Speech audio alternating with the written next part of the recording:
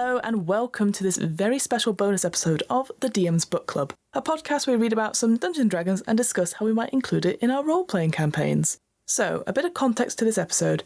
A few weeks back I managed to visit home for the first time since the pandemic started, and I thought I would take the opportunity to record something with the podcast's #1 fan, which is my mum. Despite never playing an RPG or really knowing much about Dungeons & Dragons, she has listened to every single episode of this podcast. So I thought, why not invite her on to create her very first D&D character? And this episode is the results of that. I just wanted to do a quick note beforehand. The audio quality of this episode isn't perfect, for a number of reasons. Number one, we were recording in person on the fly. Number two, my dad is mowing the lawn in the background for roughly the first 10 minutes. And then finally, the dog comes in towards the end. So a whole mishmash of problems, but you know what? It's fine. I still think this is a good episode as it's an example about how to take someone who is brand new to D&D through creating a character. And for this episode, I mostly use the character creation guide found in the player's handbook and also using D&D Beyond as sort of to streamline the process. I think it's important just to say this out loud. It kind of doesn't matter what age you are. You can always still have a go at playing RPGs or board games or anything. Age doesn't stop you, and it's never too late to try and find something new. Thank you very much, and I hope you enjoy this episode of the DM's Book Club. So, Mum, we are going to make for you your first ever level 1 character. So I'm going to ask this question even though I do know the answer, but I'm just going to check. Have you ever done any role-playing experience or any tabletop gaming at all? No, apart from being a role-playing a human being every day. No, but that's my only role so far. Is it just something that is passed you by, you've just never been interested, or what's, is there any reason, do you think? I think when I was a child, we used to play games, tabletop games, and it really put me off because we played Monopoly, and we never ever finished the game until somebody stood up and knocked the board over and everything. So it was so boring. I didn't like. The only thing then I liked was Cluedo. I quite liked Cluedo because there were specific things. So here was somebody who'd been murdered. Who did it? And that's what you had to find out. So I quite liked that then. But no, Monopoly, which is the archetypal one. It's interesting. It's interesting because nowadays there's a huge range of board games that aren't just Monopoly, but they're all different things. There's escape rooms in a box and all that sort of thing. So I think it's what's been amazing for me, and I think this is really quite interesting, is that we're in a very technological age where people are doing all things online, and everybody's watching YouTube and Vimeo and all these games online, and yet there is a huge revival of board games.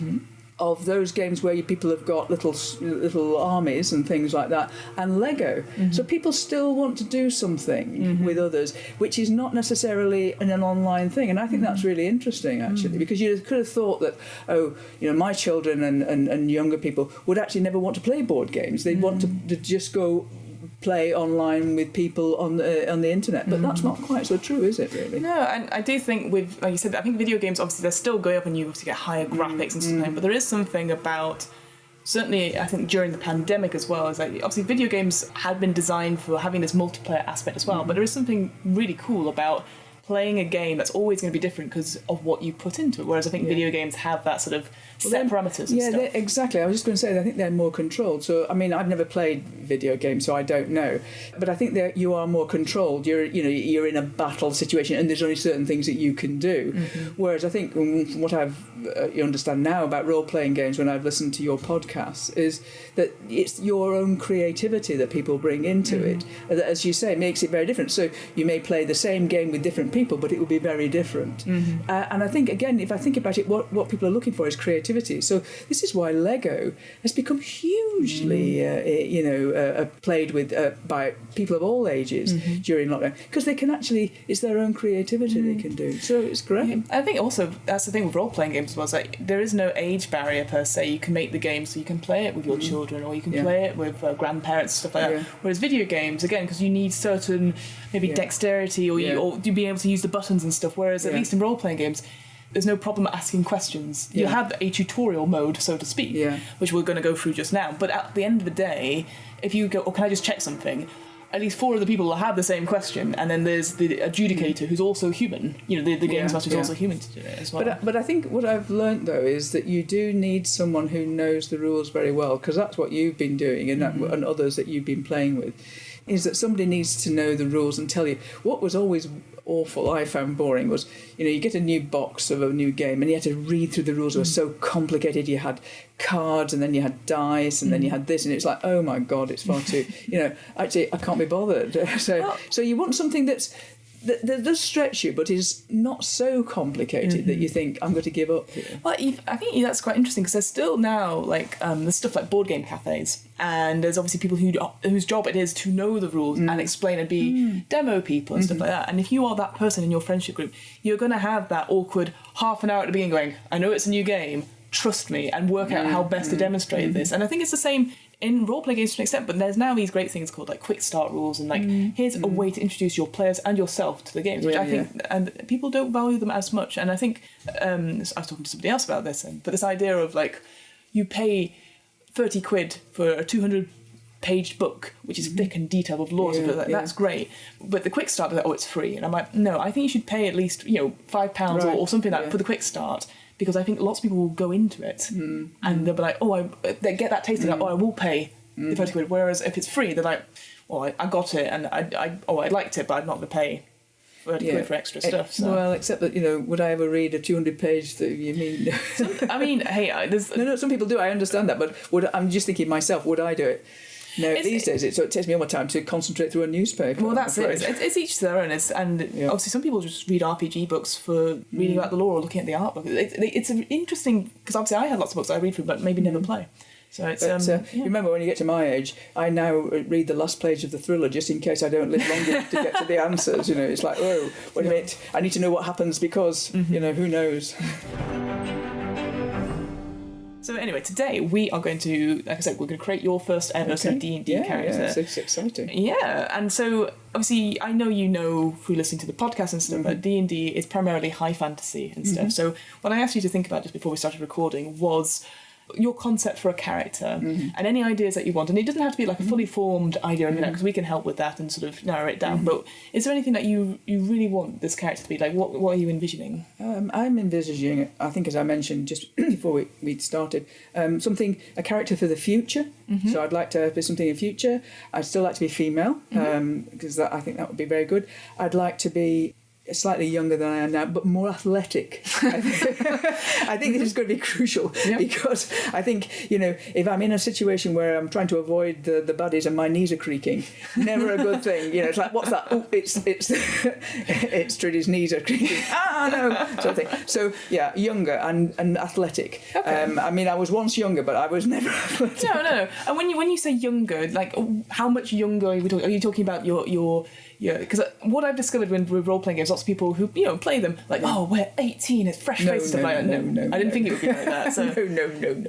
I think my mid-30s, something like that. Yeah. I think so. A bit of experience, sort of thing. But as I say, fit and athletic. Cool. All right. Well, so the first thing we're going to do, we can come to the other bits like creating that sort of personality and stuff after we've got the main mechanic. But the first thing we do, we're going to look at race. So it's the main sort of thing that is they're going to probably call it lineage from now on. So obviously these things.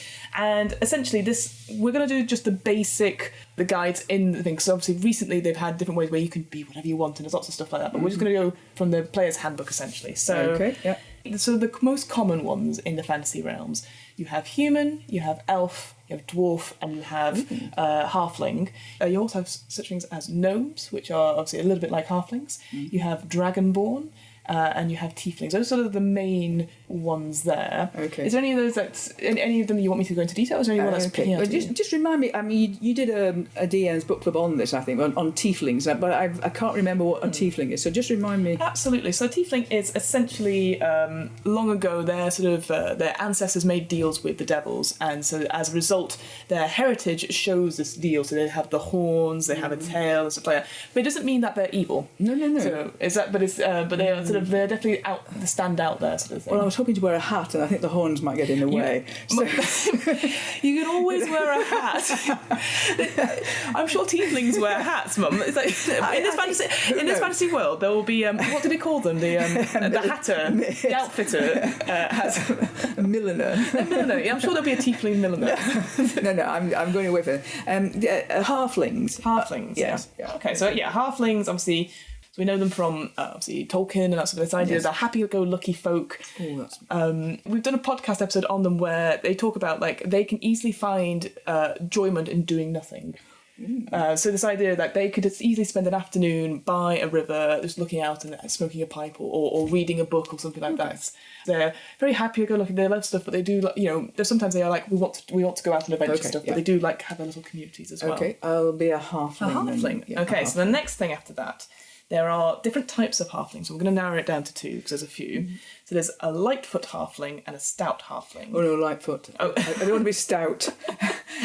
I think not. Stout here means sort of a bit hardy. They have a few other different traits, but I'll just read out. So the lightfoot halfling is they survive in a world by large creatures. As a lightfoot halfling, you can easily hide from notice. And even using other people for cover, they're more prone to wanderlust other than other halflings. Yeah, I'm the lightfoot one. Yeah. Okay, so we'll go. I'm seeing myself now as this willowy, sort of. Yeah, I won't be smoking a pipe though. No, so much else smoking a pipe.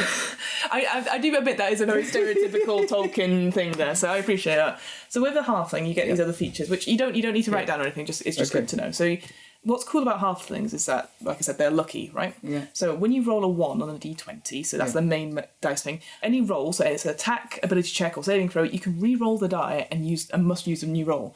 Now that's really good because a 1 on a d20, obviously the lowest number you can get, it's usually a critical fail, really bad. Yes, I remember that from the one I've just been listening to. So what's interesting is that you can use this any time you get a 1. Right.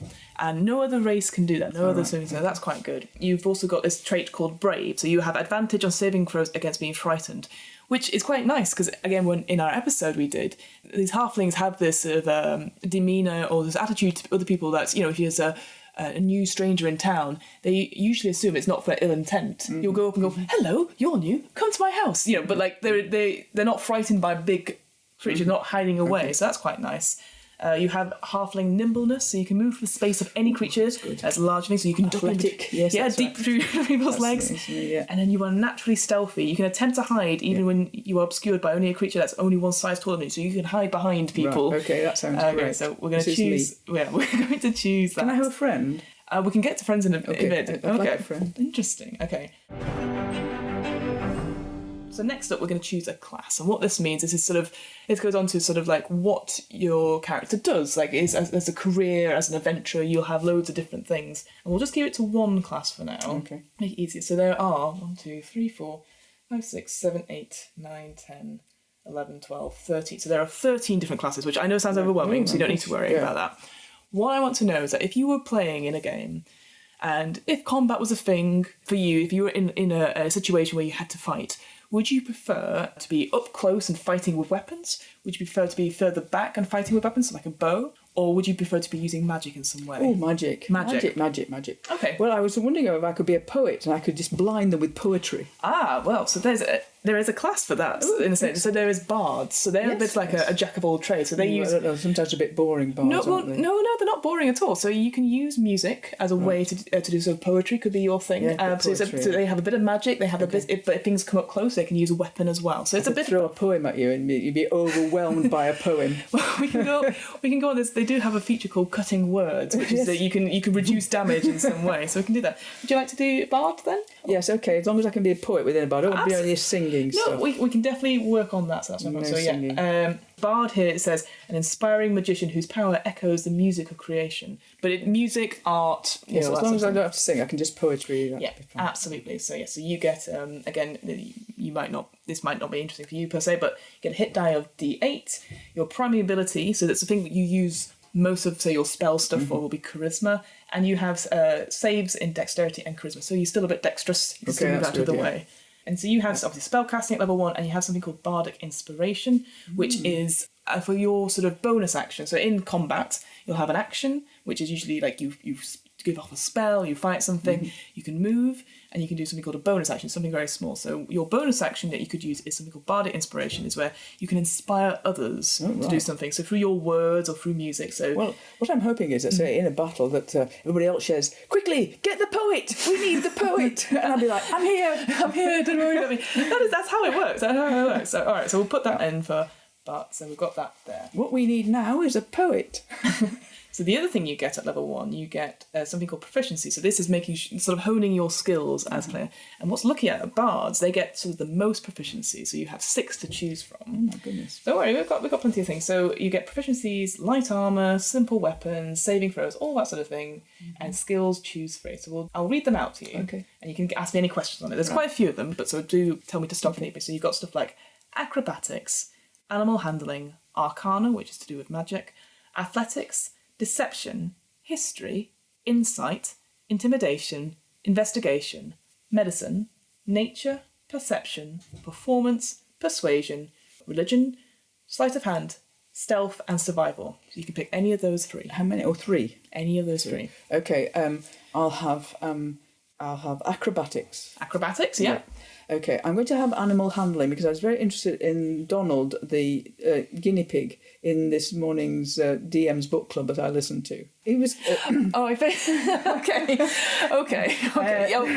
I understand. Yes, Sam did have a creature of some sort. He did, but I think it started off as a guinea pig, but he seemed to end up as a hamster. I wasn't quite certain about that. I mean, when you're running a game, Mum...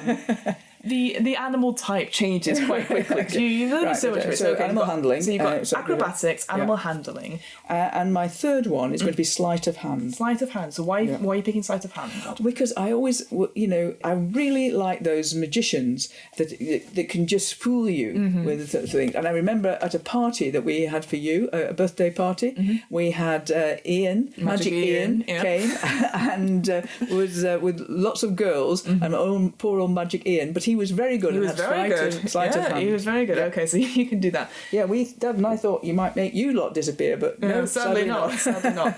You do have proficiencies in musical instruments. You don't have to use them. Yeah. So you can choose 3. I'll just go through. There's bagpipes, birdpipes, drum, flute. Horn, lute, anything. But I guess we don't have to pick them. Flute. I have a flute. You have a flute. Yeah. Okay, so you can. I'm sorry, I'm thinking now of a pan-like creature. Well, there is a pan flute if you want that. No, I'll have a long flute. Okay, a proper flute. Proper flute. Yes, okay. There's other things. So there's like a schwarm. What's a schwarm? I don't know. There's other sort of various other sort of I guess. What's the one of the things your dad likes, which is that glass. A theremin. Theremin, yeah. Okay. It's not in the list, but I'll let you have theremin. I don't. Yeah, that's how I go. And think of one more. Is there any musical instrument that you'd want? Let's just see musical instrument. Maracas. Maracas. So we just forgot this. We've got flute, theremin, and maracas. Yes, that's great. Right. Just a few different things. I will say you don't have them with you. Damn. But so you got those. So if at any point in your adventure you see a maracas salesperson or a theremin concert, you'll be there. Right, so, okay. So maybe I should have chosen the thing with glasses. When you put those things together, bottles and glasses. I can't remember what that's called. Yeah. And so what we'll do now, we'll look at spells. Because you went for a spell class, which is fine. Yeah. So at level 1, you know 2 cantrips, and cantrips are like very small little things. You don't need to concentrate on them much, so you can do them all the time. So it's stuff like producing flame and stuff like that, and I'll go through that. Okay. And then you also know 4 level 1 spells. Okay. And then think about your character as well. So you've got stuff like dancing lights, so that's when you can throw up some orbs of light going around. Okay. You've got something called mage hand, where you can sort of appear like a hand that can help you like pick stuff up from a little bit further away or unlock doors. Okay. Mending, so you can mend stuff. I always find that a little bit boring. Minor illusion, so again you can create something very small to just appear. Stuff How many of these can I have? You can have 2 of these. 2, okay. Prestidigitation, which is a bit like cleaning stuff. There's other bits you can do with that as well. If I read it out, so you can create a little harmless sensory effect. Snuff out a candle. I can blow out a candle. But not from 30 feet away. What I would recommend to you, which I think you might like, is something called Vicious Mockery. You unleash a string of insults laced with subtle enchantments at a creature you see within range. If the target can hear you, they must succeed on a throw, and it will take 1d4 psychic damage and has disadvantage on the next roll. So this idea that you've insulted them, they're like, what? And then they're sort of at a disadvantage for the next session. I see, right. I'm thinking because if you're poetry, you could almost do like Vogon poetry. Okay, so that's one. two of those. Right? So you could do that one. There's other ones like thunderclap, so you create a thunderous sound that can be heard and you push people back. One's called Friends. So for your duration, you have advantage on all sort of charisma or persuasion checks of someone that isn't hostile to you, so you can try and get in places. There's one called Message, which is like you can point your finger at somebody within range and whisper a message. Oh, right. They can only hear you and can reply back, so you could just be like, almost like, across the table going, this is an awful dinner, isn't it? I think I can do that with my eyebrows. That's how you communicate, isn't it? I don't need to have that. Okay. I'm tempted by the insult, but I'm a nice person, you see. I would say this insult stuff, you could do it in a way that is like, if you think of like clever insults, when it's sort of like a jellyfish sting, so you're like, oh, I see you wearing that dress again, oh, you must have lost weight, that sort of thing. Ooh. Well, no, but you know what I mean? Harsh. Oh, come on. But you don't, it could be anything like that. You don't have, it's however you role play it. No, I'm not going to have that. I'm going to have I like the throwing orbs thing. The dancing lights, yeah. Nice. Dancing lights. I think that would distract people, you see. Yes. That would be nice. And then I'm very tempted by the hand rather than, I could have had the sarcastic thing, but the hand is so tempting because it can go and pick a lock for me and I can then run out of a room. Exactly. Like yeah, it's very useful for that. Yeah, and like certainly if you're trapped in something, it can appear on the other side and unlock stuff. Yeah. So I'll have those two, I think. Those are the two. Okay. Tempting for the sarcastic thing, but I'm being a nice person. You are being a nice person. Okay, so we're going to move on to the 4 level 1 spells. So there's a few other things here. So I'll read out the names and you can tell me what you want. So you got one called Animal Friendship, Bane, Charm Person. What's Bane? Bane is up to 3 creatures of your choice you can see within range must make a charisma saving throw. When they fail that throw, if they ever make an attack roll or saving throw, they must roll a d4 and subtract that number from the thing. So it debuffs them essentially when in combat. Okay. So it sort of impedes people coming to attack you. Okay. So that's like one you could do. Comprehend languages, cure wounds. So comprehend languages, is that like a Babel fish in my ear? Kind of. So for about an hour, you can understand the literal meaning of any spoken language you hear. You can also understand any written languages, but you must be touching the reading of stuff. Right. That could be good for a poet. Yep. You've also got cure wounds, which is sort of healing. Yep. Detect magic, disguise self, dissonant whispers, which is a bit more of the insulting one, so you might not be interested in that. What was a disguise self? I can disguise myself as anything. So you make yourself, including your clothing, armour, weapons, and other belongings on your person, look different until the spell ends. Okay. You can seem to be 1 foot shorter or taller, appear thin, fat, or in between. So again, it's just sort of a way to get past people, but it won't hold up to very big scrutiny. So you can't be in the borderline or the checkup line. They're like, hang on, you're not that person per se. You have stuff like earth tremor, fairy fire, featherfall, healing word, hideous laughter. Is there anything that you'd want to do with your magic? Like, what would you be using magic for, I guess, to help you slim this down? I suppose it would be to get out of tricky situations. Okay. So I don't really want to fight. I'm not a great fighter. Yeah. So this would be to get out of, if somebody was coming to attack me, so something to be able to say, I could become invisible, or something like that. So, that would, so that they couldn't see me to attack me. So I don't particularly want to fight back. I much prefer to be sneaking past people and then that sort of stuff. So you don't get invisible just yet, but so it sounds like to me you want to be able to debuff enemies, just so that they're just sort of hampered in a way whilst you make your escape. So there's one that I would say there's one called Tasha's Hideous Laughter, where you say something to a creature within range. If they fail the check, they find it hilariously funny and they fall to the ground prone. So because they can't get out of it. So that's one. Okay. You have Sleep, which is very similar. That you cast it and depending on how many hit points people will have, they just fall asleep on the ground. So again, they don't get to do much. That sounds quite good. Maybe if you're getting away, for example, and you have to jump off something. So if you're at the edge of a cliff or something like that, feather fall's quite useful because then you and a few other, if you've got your party jump off, you can slow your descent so you don't fall to your deaths per se. Okay. So that's an example as well. Yeah, so you've got all these. So things. I think I'll have sleep. Sleep? Because I think if they fall to the ground with hideous laughter, other people might think, what's going on here? Because they can hear the hideous laughter. Okay. Whereas they fall to the ground and go to sleep, like, be like, oh. Okay. So that's that. So that's one. Yeah. I quite like the feather fall thing. Yeah, feather fall. Feather fall. Mm-hmm. And then I don't. You've got 2 more. Yeah. Let me see what else. Ones that could be good for you. So again, there's one called Charm Person, which is like if you're trying to persuade someone to around your way of thinking, you can sort of for an hour. If they fail the check, they sort of are charmed by you, so they see you as a friendly acquaintance for the hour. Okay. But obviously, if they pass the check, they know you've used magic, so it's that sort of deception type thing. There. I'll have the Charm Person then, and I think I'll also have the, what was the other one?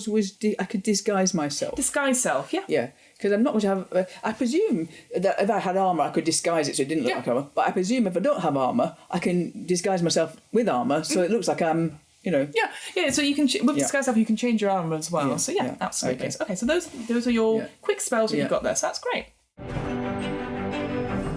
Now this is the fun bit. I like to think. So this is why I've got the dice out and stuff like that. So this is where we determine the ability scores. Right. Okay. So what we do, we roll 4d6. So these are the 6-sided dice 6 times. You don't need to do it just yet. Okay. And then write down. We'll go from there. So if you roll 4d6 for me just now, and just read out what you get. 1, 5, 2, and 4. Ooh, that's interesting. 6 and 6. Yeah, 6 and 6. So what we do, we write down the total of the highest 3. So we're going to write down the 5, 4, and the 2. So that's 11. So if you write down 11 for me. Okay. And then we do that another 5 times until we get a set of 5 numbers. So if you roll them again. So 6, 6, and 2. Yep, so that is 14. Great. Nice double 6s there. 4, 2, and 2. That's 8. Yep. I feel I should blow on them like a lucky blow. Well, you can if you want. You are a lucky halfling. 5, 4, and 4. So that's 13. Mm-hmm. Yep. Very good. 6, 5, and 4. So that's 15. 15. Very good. All right. Last one. 4, 3, and 4. So 8, 11. 11 again. Yeah. Great. Fantastic. So you should just read out those numbers again for me. Right. 11, 14, 8, 13, 15, and 11. Great. So you've only got one that's under 10. That's good. So that's good. So what we do now with those numbers, we put them in to your modifiers. So in D&D you have 6 of them. So you've got 3 sort of physical ones. So you've got strength, dexterity, constitution, and then you have 3 mental ones. So you've got intelligence, wisdom, and charisma. Because you're a bard, I would suggest putting your highest number into your charisma, because that's your spell casting thing. So what was that? 14. Oh, no, sorry, 15. 15. Yeah, 15. And that's quite good as well, because with your bonus for your halfling as well, that's because again, certain races will give bonuses to stuff. Right. So with being a halfling, you actually get an extra bonus there. So it actually goes up to 16, which is quite nice.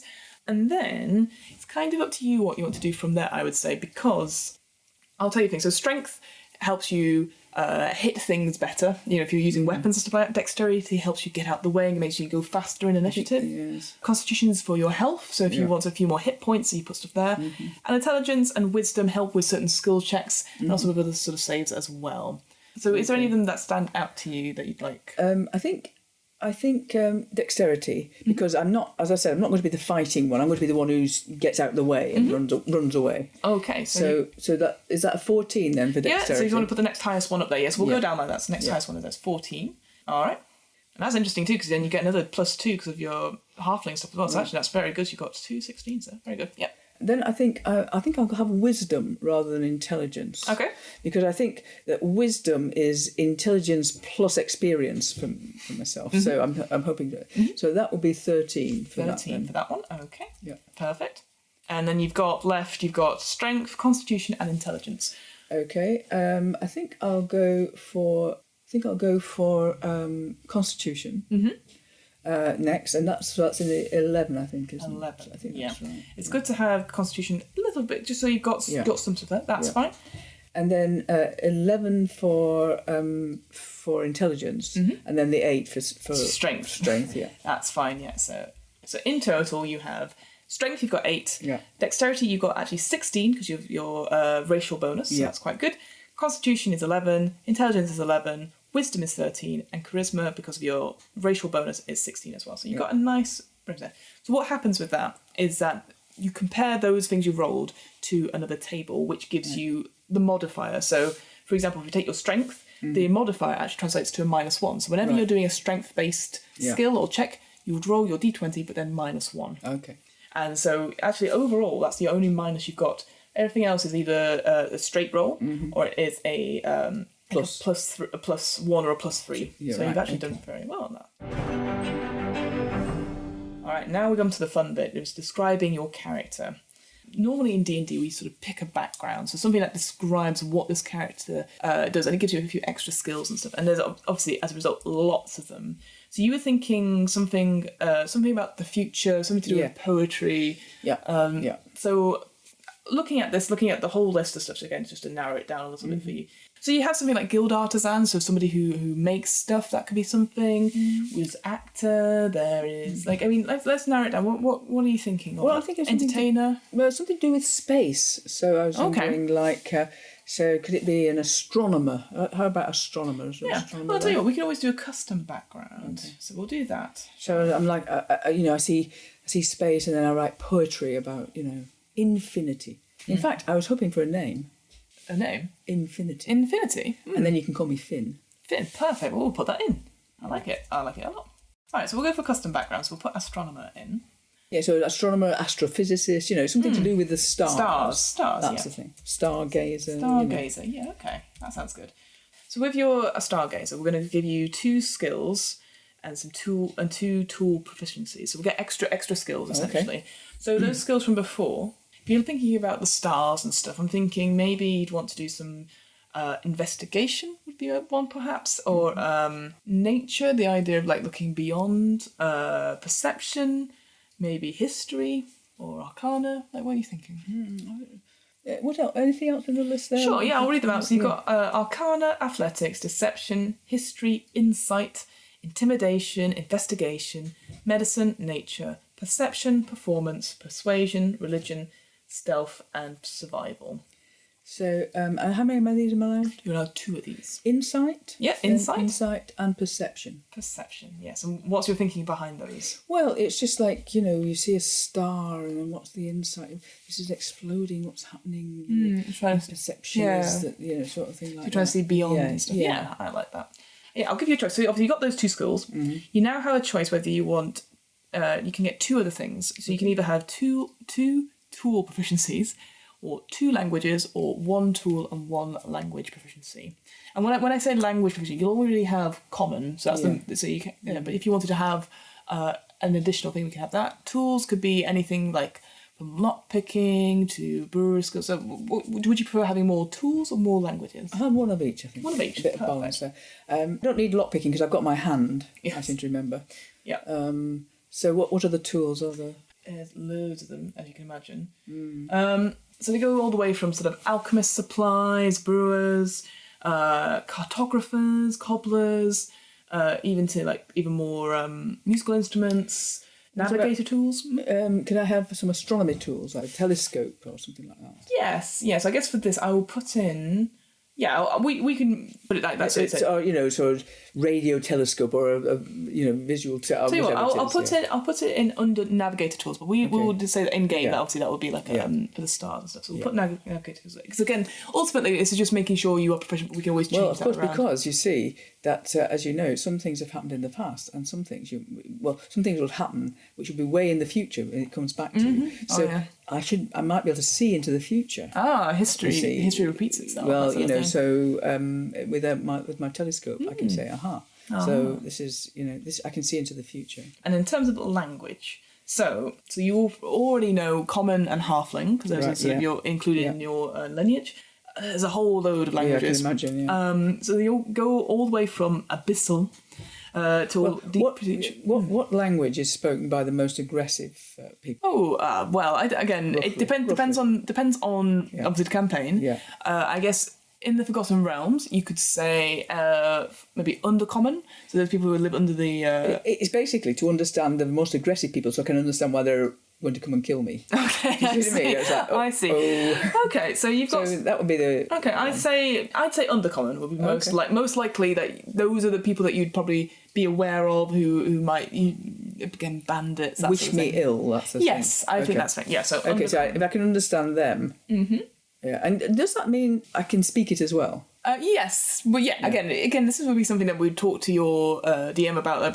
How do you know this? Is it because you've learnt it? Yeah. So maybe for example, you've learnt it like almost like a fantasy Duolingo type thing. So I can ask for, can you tell me where the toilets are? Yes, la biblioteca. Yeah, exactly. Well, your sister could speak Spanish, which was she could only ask for a pencil sharpener. Yeah, puntas. Yes. Very good. Oh, that was you, was it? No, well, I know. Well, again, I've never been to Spain, have I? As a result, so. Okay, so we're going to come on to now something called alignment. So this alignment, I think you know, as I've spoken about it before in podcasts, is that it's basically when you do your actions, how does it appear on the sort of the grand scale? Is it good, evil? Is it lawful, neutral, chaotic? Again, this is just to give you an idea of what your character, what is their sort of moral agenda per se. The only one I would definitely rule out for you would be chaotic evil, because those are the proper villains of the piece. And I don't think that's you per se. I was going to say chaotic, but not evil. Yeah, chaotic is fine. Yeah, chaotic, but not evil. That choice leaves it to chaotic neutral or chaotic good. And I think chaotic good is that sort of thing. You always intend to good. Neutral means like you're willing to like, actually, this is for me. You're a bit more. I think a chaotic good, because its intention is good, but I can imagine it all going hideously wrong. Yeah. Oh, yeah. That's most D&D games on that. That's so true. Yeah, so it's like, it seemed all right at the time. Seemed a good idea. Yeah. So now there is an option, and this is obviously optional, for what faith you have. So in the Forgotten Realms, obviously there's pantheons of gods, and in most D&D settings, the acknowledgement is the gods are real. Yeah. So you'll have certain classes like paladins, clerics, who their powers come from the gods, and they sort of do it. You don't have to do that. I think you don't have to be dedicated to a cause. You just acknowledge that gods are real. So you don't have to have anything like that. Well, of course, as you know, previously under religion, I put down Jedi.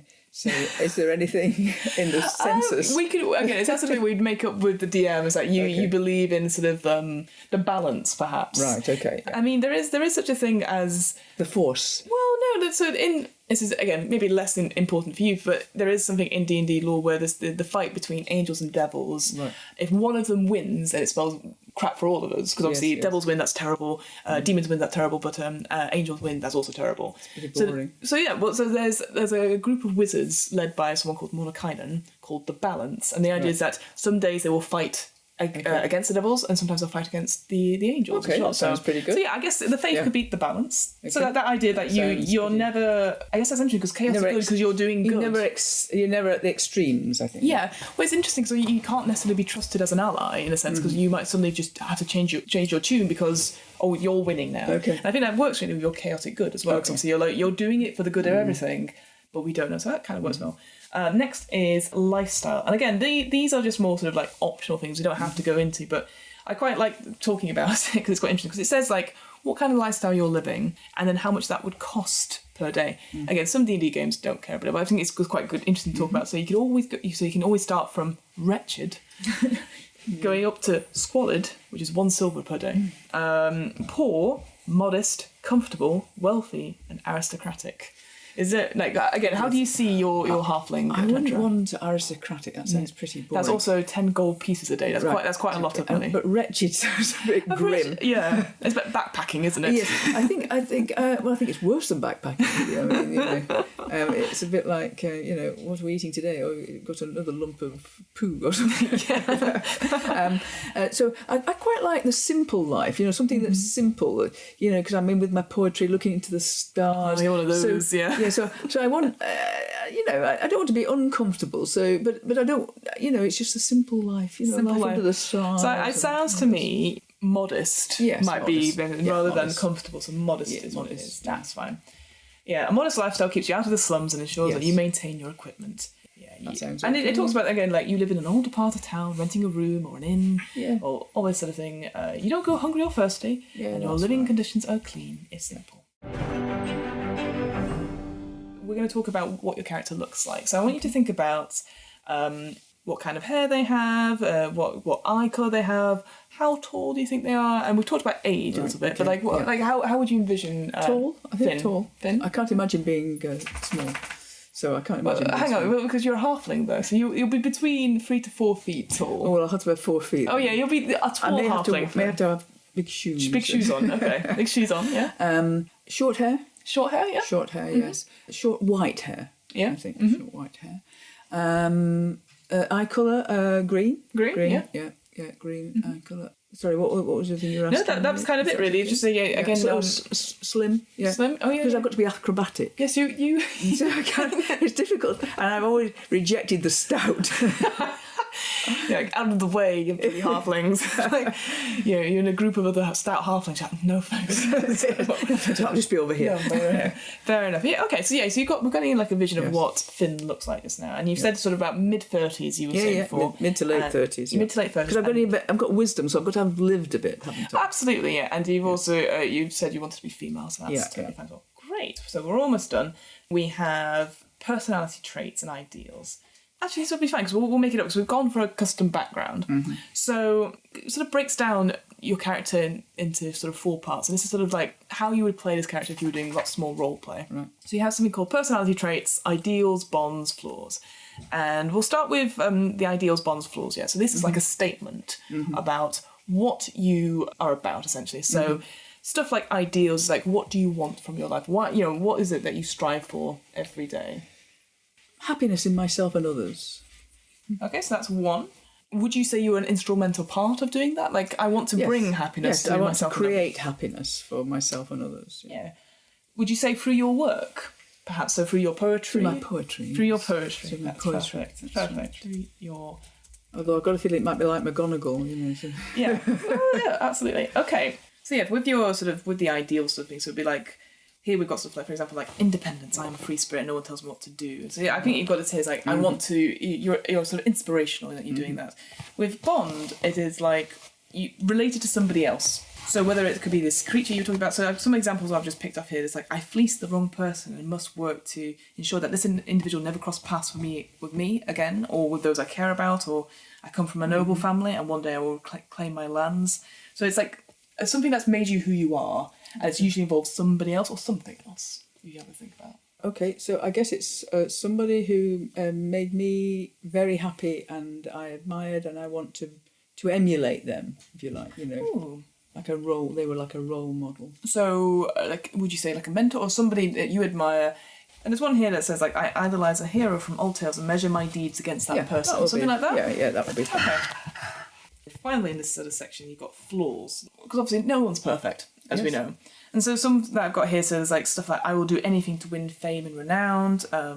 Like too trusting, I was wondering about. Ooh, yes. So halflings are like that. Like you too trusting for your own good, perhaps? Yes, that's right. So always see the good things in people, but sometimes, of course, that means that you're... And most times that's really good. Mm-hmm. And I think you mentioned that right at the beginning. But there is, sometimes you've got to be aware of people might be trying to... Yeah, so I guess that idea that you want to, so you want to create happiness in other people through your poetry, but maybe to the point where sometimes it blinds me to the fact that they are, not as good as I would hope that they had malicious intent. I like that.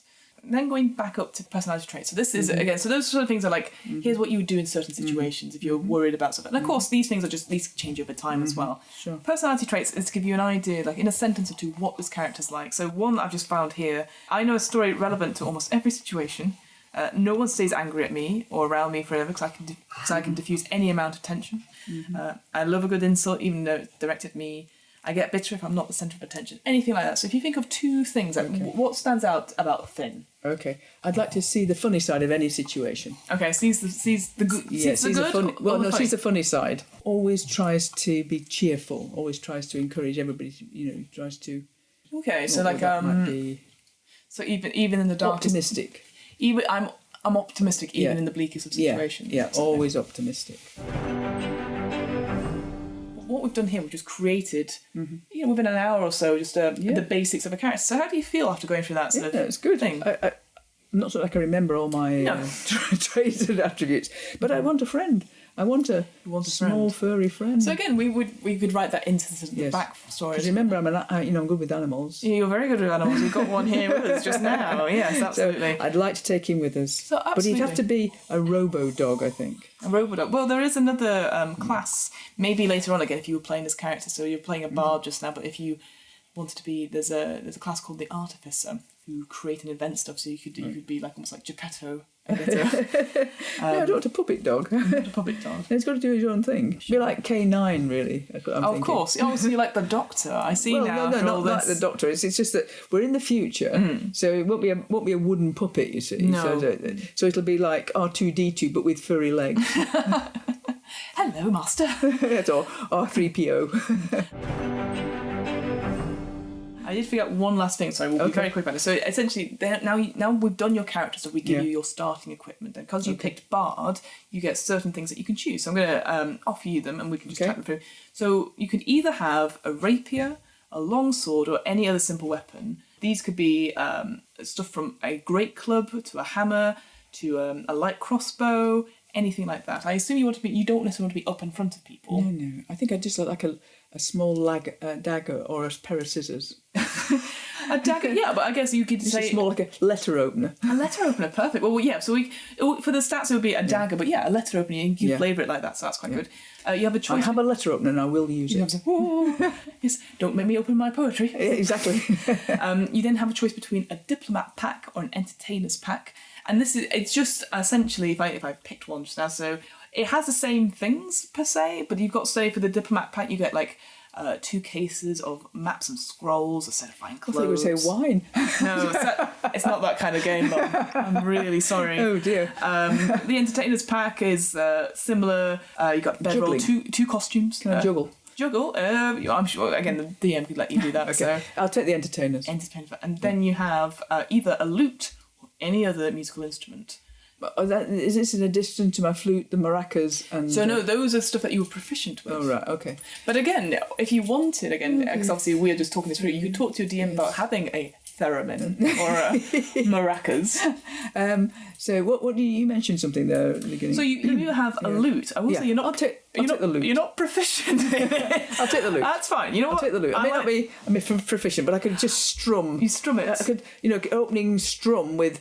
It was a dark and starry night. Yeah, absolutely. And then finally, you get already included leather armour and another dagger. But I like the idea that is 2 letter openers, perhaps. Yeah, okay, 2 letter openers. Yeah. And I have 2 letter openers, and I will use them. Use it. Yes, I can use a parcel now. I can open the parcel. Perfect. Yeah, and that is it. Oh, that's all fantastic. stuff for it. So yeah, you have it all there. And so what would happen now? Obviously, we'd tweak a few bits of it and make sure all the stuff was going, and then you would play. But how would I know? How would I remember all this? So again, there's so much there. There is a lot there, but what I've done, again, we've sort of been filling it as we go. But D&D Beyond does it all for you. So if you see here, you got your own sheet and stuff, and it tells you stuff. And there's no picture of me. Well, no, but all right, we've just made this person up on the spot. But obviously you can upload a picture of yourself. I would have thought from this. Yes. Then the AI should be able to construct a picture of me with 2 letter openers, one at each hip, and I see myself with silver breeches, the lute over my shoulders, the whistling a happy tune. Yes, absolutely. Looking for maracas. So you've got all the basics there. And obviously in the olden days, maybe a couple of years ago, we wouldn't have all this stuff where it works out automatically. You would write it all out. Oh my goodness. So most session zeros or first sessions, the first hour and a half will be spent putting this together. I know, hard work. Yes, but it needs a better dashboard. I bet you should see it straight away. But, well, again, this is stuff to do in your own time. But the other thing that's cool about D&D Beyond is that you can click on stuff. I've not enabled it for the sheet, but you can click on it and it will automatically roll the dice for you. So you don't have to have physical dice. But I'm an old hat. I quite like the physical nice, bit, because you're like, ooh, I can... Because then I'm like, I can influence this in some way. Of course I can't. No. But it's this apparent control, whereas if the computer's doing it for me, it's like, Yes, and that's always been a big thing about we're now moving into streamlining stuff. And actually, when we were talking about it before, this idea of video games versus board games. A lot of video games do have an app version now, and but you know what? I find that really interesting because now they'll do tutorials on it, and I know the rules better because I've played through a computerized tutorial. So, but yeah, that is how you create a very straightforward thing, and it's only taken us an hour or so, less than an hour.